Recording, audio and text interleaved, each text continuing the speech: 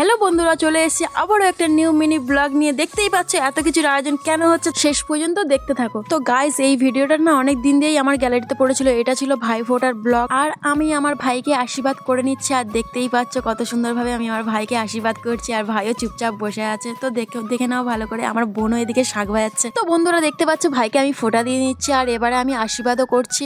আশীর্বাদ পর্ব হচ্ছে, আর দেখে নাও তোমরা কি কি মেনু রান্না হয়েছে এদিকে।